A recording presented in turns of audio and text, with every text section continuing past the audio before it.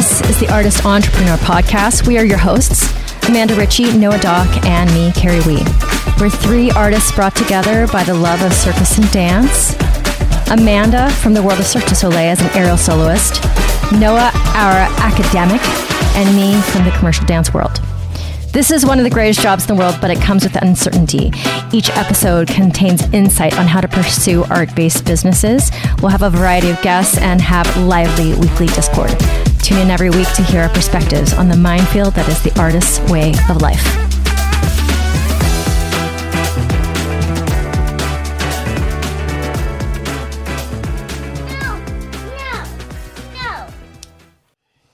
So fun. Joe, I know you're really jealous of me right now. Soup's jealous. So when I first started teaching at the Loft, I don't know if you'd believe this, but I taught there 9 years total. So at the beginning of that for me, you'd already been teaching for a long time. And hi, Bean. You'd already been teaching for a long time, and I was like, oh, I just want to be like Joe. Because you'd been teaching for a long time. You'd figured it out. You have your own style. And then many years later... My daddy has kids. No, he doesn't. That's why I said, are you jealous? Because I was fighting with you. And many years later, you decided to take a job on the East Coast, leave our LA aerial community. And that's where I kind of lost the story.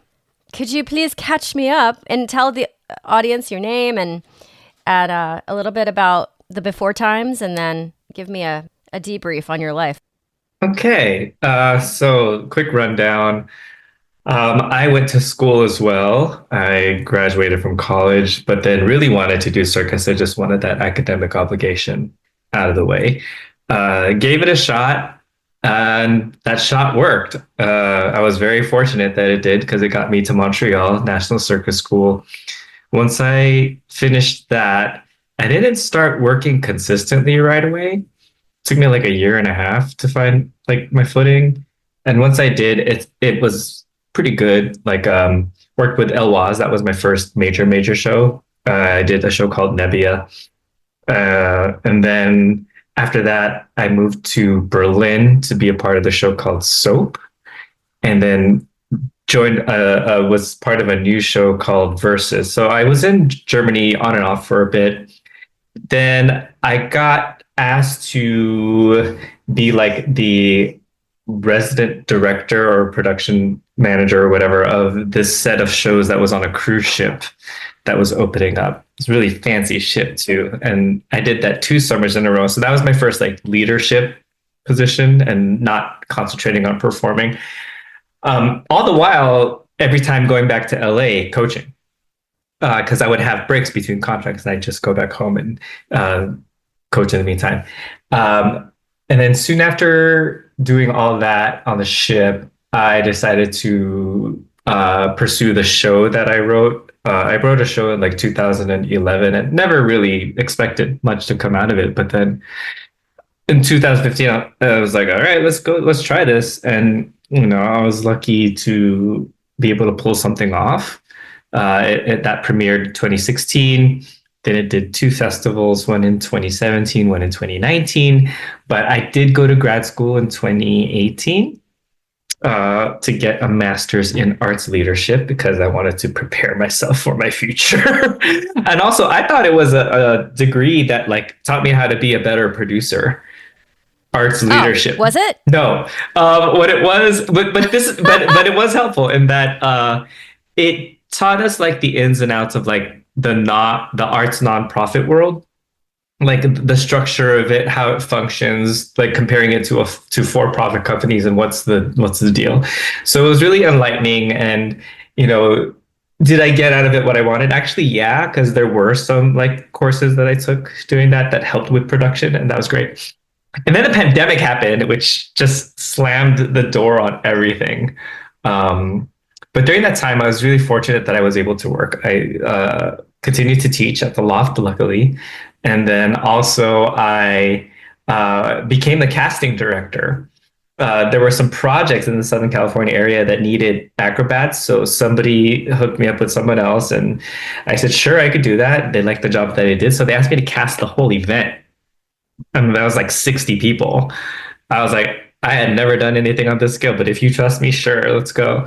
And so did that. It was a holiday event, so it was drive through. So really specific things. And then the director liked the work I did. He's like, "Can you assist me?" I'm like, "Sure." And then that ended, and they're like, "Would you mind like staying with the production? Because the production team can't, and we need a representative." I'm like, "Okay, sure." So all of a sudden, I'm like this boss of an event, and I didn't even know. And then I did 3 events with that company. So I got my bearings as a casting director. That was all contract work. And it came to a point where I was like, I don't know if I want to keep doing contract work. It's so unstable, and I kind of just want to not have to work for myself for a while. So I, under the advice of the general manager of the productions, she gave me the names of all these theaters in Washington, D.C., which were all nonprofit theaters, which is what I studied. And she's like, just go to their web pages, check their job sections and see if there are openings. I applied to one, didn't get it. I applied to the second one and I got it. I was like, whoa, this I did not expect that to happen. Because usually you need like a connection or something. Like you need to know somebody on this. I knew nobody. It was a cold application and I got the job. I was like, all right. So I became a casting director of this theater called Arena Stage, which, unbeknownst to me, because I'm a circus artist, is like the premier regional theater of the United States. Oh. Yeah. So theater as in plays, not Broadway. Plays and musicals. Yes. Plays and musicals. Okay. Yes. So regional, but it was the very, very first one, and it set up the model for regional theater. But, I don't come from theater strictly per se. We do a form of performing, but in terms of theater history, I'm not really cognizant of that. So when I would tell people, like my friends who were in theater, that was my job, they would not believe me at all. They thought it was a joke. I'm like, well, am I supposed to know something about this theater? They're like, you don't know about Arena Stage? I'm like, no, should I? And they're like, yeah. They would like not berate me, but be like, how do you not know anything about Arena Stage? I'm like, because I didn't do theater. Well, not like to that level, Yeah. So how, pray tell, does Joe Pinzon of the circus world get hired on to casting director, right? Mm-hmm. To cast a theater situation, like a big theater situation. A big theater situation. Well, I was pretty convincing, apparently. Well, they were convinced. So what were they thinking? They were convinced mainly because I did some really unconventional things that I don't even think certain casting directors who work in theater would be able to know how to do. And that's not to say that, I figured it. Well, I mean, not to say that I'm better, but I figured it out. And one thing that I could trust was my judgment and my taste. And I think that that's a big deal. It Trust is. your taste.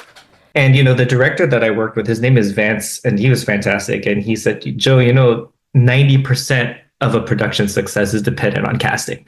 And I'm like, oh, I'm aware of that. And because in circus it's the same, but in theater it's even more important. In film it's even more important. It's like whoever you pick it makes or breaks. So there's a lot of responsibility that goes with it. But what I did was I just trusted what I know. Like I'm like it's acting and singing and dancing. I feel like that sentence is the sauce. And you don't get there until slightly later. Like, how could you be there in your 20s? Because you have to go through all the things to trust your taste. Can you just like start fleshing that out, like what that means to you? Well, I was really into things that were just visually appealing to me when I was younger. So like fashion was a big influence, honestly. And I worked in a store in West Hollywood. It was a paper store where, we, for our jobs, we were professional gift wrappers pretty much, but we worked with such high-end luxurious material that I developed my taste there in terms of like color and pattern and shape and design, and that I kind of translated into how I saw things, including how I dressed and what kind of people I was interested in being around. And so that tended to get me into places that seemed like the right path. And so I just followed that. And at a certain point you just have to come to the realization like, oh, I guess I am an artist. I don't know about you, but it kind of feels corny to say it sometimes. Like I'm an artist by profession. It sounds a little like so, I don't know. That's just me. That's just me. But so once I'm in the art world, I'm like, well, I should like bone up on things. So there I am, like watching opera. There I am watching a bunch of theater. I'm watching fashion shows. I'm watching like concerts on YouTube just to like develop my sense of what I like. Because everyone likes different things, right? Someone's taste is not going to be someone else's. I'm just also very fortunate that having been raised in Los Angeles, I was exposed to a very popular taste, because that's the city. It's what's trend, and so I'm able to spot that quickly. So over the years, like I remember in circus school, like the music that I picked, the costuming, the look, my style of movement, it seemed to work in a way that was coherent with who I thought I was and what I was comfortable with and what I like. Because ultimately it's an expression of yourself, and it's all like you said. How do you know yourself when you're at 20? You don't. But what you can start learning is what you like, and not only that, learning why you like it. Because then you're able to break it down. Like, I like it because of the shape. I like it because of the sound it makes, and that calms me down or something. So once you start liking what you like and just going with that, everything kind of starts to make sense about the projects you're attracted to, the people you like working with, how you like to design things, how you see productions. Like, I don't know if you've gotten to this point, but when I watch a show, it's hard for me to like enjoy a show because there I am like breaking down all the production elements. What seems to happen, what I'm seeing happen with people is that people like you, they start to get hired because of their taste, because you can curate, and people love to be able to trust somebody to curate something. It's the sauce. So what would you say to a listener out there who is not there yet in how they perceive art, in what they're looking at? Do they know that something's good? How does somebody cultivate that, in your opinion? Well, you can listen to a lot of other people, but then you're listening to a lot of other people. Like, I the other day I went to the museum because like it's just down the street and it's the Smithsonian. So I'm like, oh, I'll just go, whatever. I'm like, how spoiled am I? And I wasn't expecting to. And when I walked through it, I didn't feel obligated to stop at everything. Because I can easily appreciate something. I'll walk by it. I appreciate the technique, the thought that went into it, the composition. But sometimes it doesn't draw me in. It's like I respect it, I appreciate it, but it doesn't talk to me. It doesn't say like what the thing is. Like, I'll read the description, and sometimes that doesn't match with how I'm feeling, and I'm like, okay, that's cool. I'm glad that they intended that. But then the stuff that makes me stop, I tend to keep track of what makes me stop.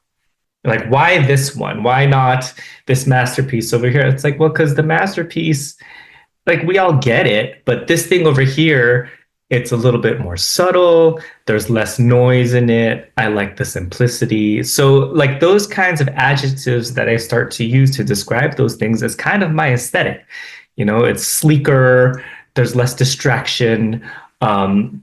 And so when you are able to break down the elements of why you like something, even like your musical taste, like everyone likes what they like, but do they know why they like what they like?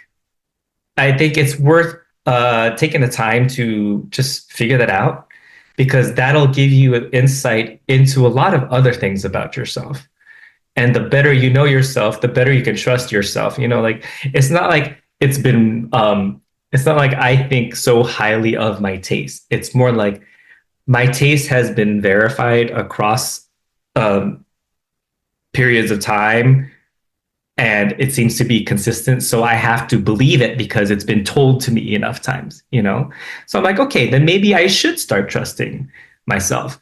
And once I did that, that's when I felt that I was on the right path. Because it's like, okay, I have a point of view. I know how to like look for things that I like. I know how to feel, and I know what inspires me and why it inspires me. And I'm able to dissect that to put together my view of it. And it's like nothing is super original. Everyone's inspired by someone else. That's not a novel idea. I think it's great to admit that because nobody's that awesome that they had the most original idea ever. But it's good to know what your sources are so that you know what you can refer to as well. Because sometimes you can get lost and you can totally be confused as to what you're doing and what you're looking for. And sometimes when you step back and go to those sources again, you will be reminded of those and it'll re-inform you or maybe inform you in a new way. But know what you like just by judging the reactions it gives you. Like we react to things differently. We all do. So it's worth it to pay attention to that when it comes around, especially if it's really strong, you know? Yeah, if you have a really strong reaction. Joe, tell me what happened with Cirque du Soleil. How did that happen? In my first year here in DC, I was actually hit up for interviews for Cirque du Soleil for an artistic direction position. And I actually got it. But I had just gotten here. Like it was my first year here. I just got my apartment. I bought all this furniture. I was dating someone. I kind of like blew up my life just 6 months prior. I was in no place to blow it up again. You know, like I wanted, like I came here for a reason. It was to like put feet down for a bit. So I told them, I'm very flattered. Like, thank you so much. I don't know if it's the right time because I'm I know what I want out of my life and I'm trying to take steps towards that. And so I just don't think it's the right time. And they understood. They said, if anything changes, just let us know. And then things changed. And so I let them know. And timing was incredible because a position had just opened up. And then my resume was just right there for them. So I went through some interviews and I got the position. I did not expect it. It went very quickly, to be quite honest, it went very fast. So I wasn't prepared mentally for something of this magnitude, especially with this company. Like it was unexpected, but so welcome. Like it felt like, oh, so, you know, because I stepped away from the circus one. That was not easy. Because it wasn't just a career, it was a community, it was a world, it was a way of like seeing things. And I stepped away from that to find some stability. And, you know, I am grateful for that.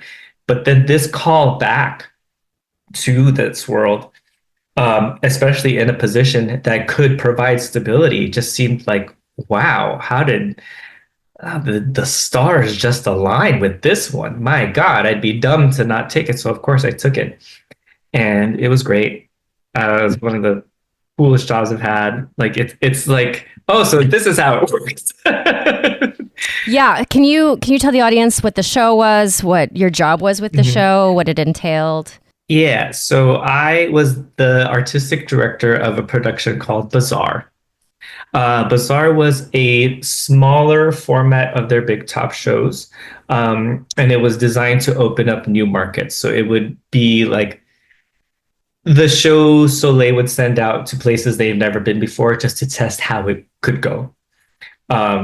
And, you know, it found success. And, you know, they were trying a new business model because so many things have happened in the world and they wanted to test something out. And so they put the show down in the Canary Islands with a set period of time just to see and like Wait, that's not where you were doing your work, was it? Mm-hmm. You got to go to the Canary Islands for however long, for a couple months? Yeah. Oh, see, I know. So lucky. I know, but here's the thing, y'all. You know, so like sometimes we can talk all this stuff, but people realize we're there for work. So I know. It's not like I'm living it up. I mean, some of them could because of their scheduling, but I had really long hours. So I would enjoy like the beach once every 2 weeks, you know? Right. Because I'm just working, and when I'm not working, I'm just recovering from work. But it was a really, really great job. It was something that I could couldn't have imagined asking for. Was very grateful and very fortunate to have been selected. I'm sincere in saying that I am very, very happy to have had that job. I'm really curious, like, what were the nuts and the bolts of that job? And do you feel like you had every skill set you needed for that job? Or did you feel like you were learning a lot on the job? Um, well, my responsibilities were I was part of like the show quality department. So it was to make sure that the show kept in line with the concept that it was built upon and that it, was up to the standard that the company sets for itself and was working towards the goal the company wants for it. So just making sure that thing worked. And the hardest part for me was learning the company. Like the job itself, I'm used to. I'm used to talking with performers. I'm used to directing. I'm used to fixing lighting and, giving notes and all that. Being a therapist in many ways. But that's all stuff I'm pretty accustomed to. Uh, the company itself is the hardest part to learn because it's just so big. There's so much to it. And yeah, that's why it's like when I finally got there, I was like, oh, I wasn't expecting it to be like this. Like, because you just don't know until you're there, you just don't know what it is, and you realize, wow, it's a lot to learn. And and then once I got used to things, honestly, you're just got to be on the ball because anything can happen. And it's like when I was there, a lot of things happened that I did not expect, and very early on. And there I am having to navigate through it. But because I'm used to emergency and I'm used to like dealing with stuff on the fly, a little bit of panic set in, but you just do it because you have to. That's your job. And then, once I dealt with enough of that, I realized, okay, so I think I am suited for this because I feel like the choices I'm making are the right ones towards the goal. And then, I have my check-in with my boss every week just to make sure that we're working towards the thing. So I felt like I was doing the job, and that felt good. When you feel like you're equipped to carry out what you get hired for, it's very gratifying, you know? So I felt very lucky to have that feeling at that company at this point in my life. It felt great. And I really love the people there. Like when I got that placement on that production, everyone was like, "Oh my God, you're so lucky. Everyone there is so nice." And I'm like, "Okay, sure." You hear things, and then it really didn't hit me until I got there. And oh yeah, everyone was great. Like everyone was so friendly, very welcoming, and like I felt comfortable there. Joe, out of all the skills that you have and jobs that you have taken on over the years of freelancing, so casting, directing, coaching, performing, and there's probably like a longer list. What is your favorite and what do you think you are the most effective at? Well, my favorite's performing. I mean, I Oh, don't. okay. Still? Well, I don't do it anymore because, like, well, here's the thing. I love what performing did for me. I Mm, love how it made me feel. I loved how it made me think. I loved the community it provided, the life that it afforded me. It was a dream, like wow, I had a dream as a kid and I got to live it. No one really gets to say that. It wasn't easy, but when you do the work and things work out, like wow, it's pretty phenomenal. And so there are certain experiences during my performing career that I will never forget because like who gets to have those? I'm so fortunate. The other stuff, I mean, I'm grateful to everything that I've done. I mean, most of it's more work oriented and feels more like work, whereas performing didn't feel like work. I mean, some days did, but mm-hmm. in general, it felt great to be a performer. And as the years went by, it kind of didn't. And it's not like it wasn't anything that happened in particular. It's more like you tend to notice that it just doesn't do it for you in the same way that it used to. It's not as fulfilling. Yeah. The stuff you got to put into it in order to do it, it requires a lot more of you, and that gets tiring. and you are just in a different place in your life, and you realize that life is short, and in order to have the life you want, you sometimes need to make some changes, and they're not easy. They never are. But I'm just grateful that I had that. And so, like, performing will always go down as the thing that I'm like the happiest about.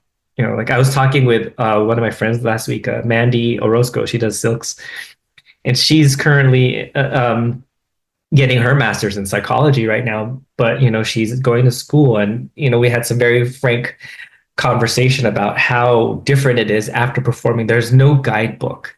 Nobody tells you what to do. The transition out of being a full-time performer is very much not talked about, especially Yeah. in our Oh, field. yeah. And so it leaves a lot of people feeling really lost. It leaves a lot of people feeling really dejected and not great about themselves, because the thing that they prided themselves on, and did probably form their identity on, is gone. And so there's a huge loss of sense of self, and it's very uncomfortable, especially at the age that it happens. It's midlife Yeah. crisis Oh, 101.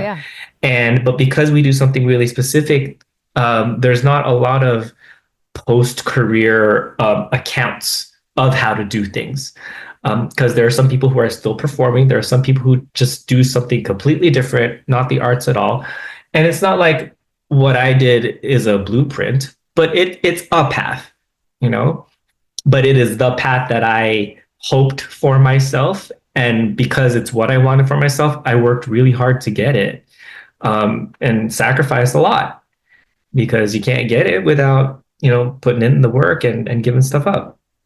Uh, but, I'm most grateful to my performing career because it got me here.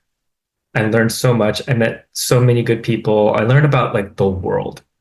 And that is one thing I'm very thankful for. And like when I say I meet people here in DC who haven't had that same experience of traveling and being exposed to a lot of different things, and you see how they think, and you see how they see things, and sometimes you just want to shake them and be like, "There's more to this," like, but it's on their schedule. Like they got to learn it on their own time, because if they don't want to hear it, they don't want to hear it. They don't care. They're on their thing. They won't listen to you. They'll discount you. I mean, we were the same way, when people try to like tell us about life and stuff, and we don't want to. I'm going to do my thing. Well, I probably should have listened to some elders back in the day to have avoided some heartache. But if I didn't go through it, I wouldn't know what I know now. And it's fine. We all come out of it how we need to, but we can't expect things to be handed to us. Like this is something that we always have to do, is check ourselves. Like it's good to be proud of what we do. Like this whole humility thing that certain cultures instill in us. Like I don't know about you, but I was taught to be humble about my achievements. Joe, what's your nationality? I'm American, Filipino. but I'm Filipino American. Okay. Yeah. And, so, keep your head down, but do well, but just do the thing. And so I did. But when I realized, especially in what we do, it doesn't get you anywhere, because there's other people talking themselves up to the right producers and the right people, and they're getting the jobs, and you might think they're not as good as you are, but they are working. And you're like, well, why am I like, who am I to think that I'm all that somebody's going to be like, you, like that happens at an audition. Great. But no one's going to like scout you. And if they do, wow, cool. But that never happens. Like, who do you think you are? You got to work for it. Yeah. You got to put yourself out there to get the calls. Like Yeah. you got to put yourself out there. You have to do the work. Like, who do people really think they are? There's a sense of entitlement out there. I will let you know, not just in circus, but in performance in general. And it is like, wow, can't wait till the world smacks you across the face. But that's not going to be my job. But just you wait. It'll be the world. Yeah. It'll be the world. But, that's one thing that was really cool about being a casting director here is, I got a lot of actors come into the audition room. Of course, like they're all terrified of me because I'm the casting director. I'm like, yo, don't be afraid of me. I'm just like here to do my job. But I am technically the gatekeeper. Yes, but yes. You see how people present themselves in a quote unquote interview situation for the arts. Like they put themselves out there, they're being real vulnerable, and you see the comfort level that people have with themselves, and you see certain ways of mannerisms and behaviors and ticks. And it makes you think, well, where did that come from? Like, what happened in their life to make them react this way or have this way? Because then it affects their performance, you know? Because it's like there's something like certain actors will be like, I don't know if they've dealt with a certain thing in their life because it's preventing them from going that extra thing that they need to get there. But the ones who do get there, you see how assured they are. You see how, they know that they're confident in what they have. They know it might not be the best, but they're very solid in it, and then they get to work. And this is something that it was nice to have validation of that kind of way of thinking. It's like, oh, people in our field should do the same. Like, learn as much as you can, but know who you are, because that's when your good work comes out. Like circus artists, there's this kind of, I don't want to say misunderstanding, but it's not a clear cut across the board of people's understanding of what a circus artist is. And this might sound a little, I don't know, I don't want to say elitist, but maybe more informed, is that like artistry is artistry. Like, please express yourself. Like, say what you need to say through your discipline, through what you do. It's not just a bunch of moves, you know? Right on. It's not like, like when I was auditioning actors, I'm like, it's not just words. I would tell some of them, like I was able to speak to college students and high school students. I would tell them, like, the words are just a part of it. Your body's a whole other thing. Like, you're literally lying to us with words, but what can't lie is the body. And right now I'm seeing a lot of lies because the body's preventing, the body's holding you back. And us as circus artists, all we have is our body. So it's like, I want people, especially people meaning circus artists, I want them to really be the artists that they should be.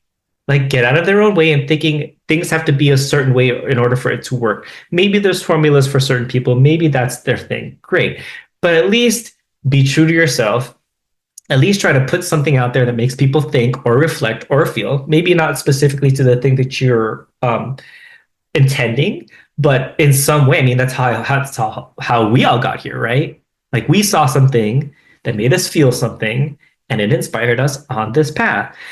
A lot of performers these days forget that that's their responsibility, is to do that for someone else.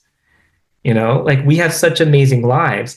When you step on the stage, you don't know who's in the audience, because a life could completely change because of that one performance. Mine did.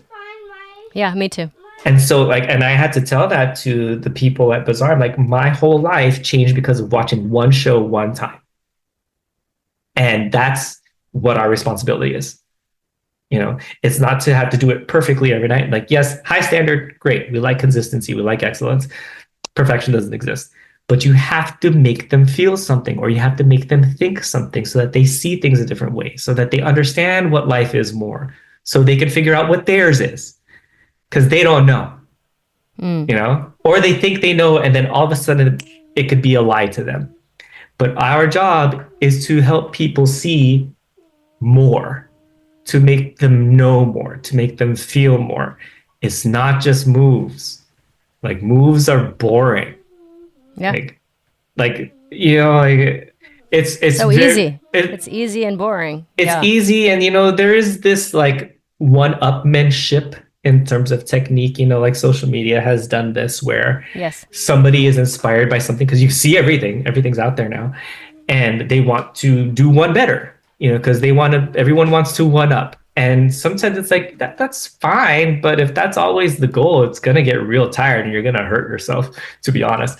Why don't you just like be good and say something? Yeah, that's not necessarily rewarded nowadays, but that's the juice right there for sure. Yeah. Like, it's like, why don't you trust? Like, honestly, like I'll put this out there because I have been a casting director, and this is true. For professionalism, there is a certain level, and you must meet that, but that is the minimum. Whether it be technique, whether it be an understanding of artistry, whatever it is, there is a base level.